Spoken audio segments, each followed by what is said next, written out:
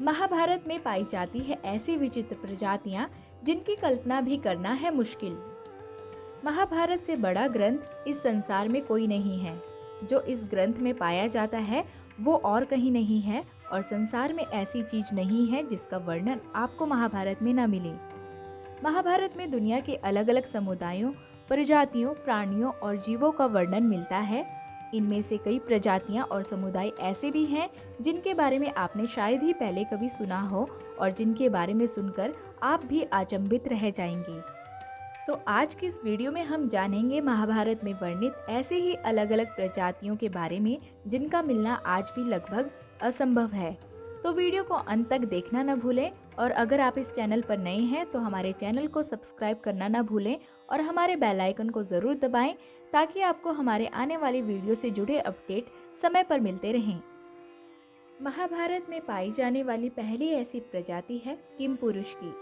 कहा जाता है कि ये प्रजाति हिमालय के ऐसे इलाकों में रहते थे जहाँ तक पहुँचना लगभग असंभव था।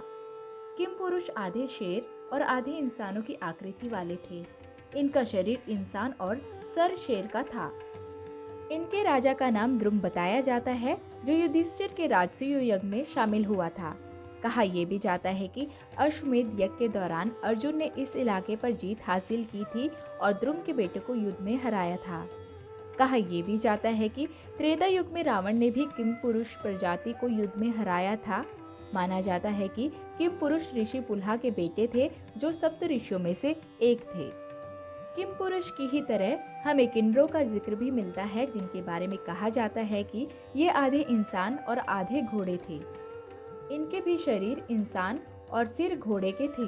कहा जाता है कि ये प्रजाति मंदार पर्वत पर निवास करती है।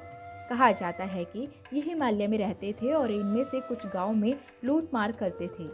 कुछ लोग ये भी मानते हैं कि किन्नर गंधर्वों से जुड़ा है। इसके बाद नागवंश का वर्णन मिलता है, जो ऐसे नाग थे जो इंसान का रूप भी ले सकते थे। नागवंश के आपको महाभारत में 4 वंशों का उल्लेख मिलता है। महाभारत में नागवंश ने बहुत महत्वपूर्ण भूमिका निभाई थी। पहली बात, महाभारत की कहानी की शुरुआत ही परीक्षित को नाग द्वारा काटे जाने और जन्मेजय के यज्ञ से होती है। इसके अलावा हमें कश्यप ऋषि की पत्नी कद्रु की कहानी सुनने को मिलती है, जिन्हें नागों की माता माना जाता है। साथ ही जन्मेजय का यज्ञ रुकवाने के लिए नागों के राजा वासुकी और नाग आस्तिक पधारे थे, जिन्होंने जन्मेजय को महाभारत की कहानी सुनानी शुरू की थी और इस यज्ञ को बंद करवाया था। आखिर में हमें अर्जुन की पत्नी नाग कन्या उलूपी का भी महाभारत में उल्लेख मिलता है। हमें महाभारत में घटोत्कच, अलम्बुसा और अलायुध जैसे राक्षसों का जिक्र मिलता है। कहा जाता है कि घटोत्कच ने काम्यक वन के पास राक्षस राज्य की स्थापना की थी। माना जाता है कि महाभारत के बाद राक्षस प्रजाति लुप्त हो गई थी, क्योंकि ये राक्षस विशालकाय शरीर के थे, जिनके कारण संसार में बहुत विध्वंस मचा हुआ था। इनके विध्वंस को रोकने के लिए भगवान शिव को आकर इनका संहार करना पड़ा। इन्हीं के साथ संसार से पहाड़नुमा आकृति के लोगों का अंत हो गया।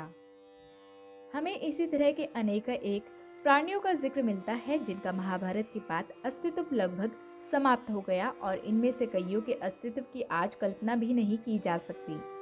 तो कैसी लगी आपको हमारी ये जानकारी, हमें कमेंट सेक्शन में ज़रूर बताइएगा। हमारी ऐसी ही सच्ची और रोचक जानकारियों के लिए हमारे चैनल पर बने रहिए।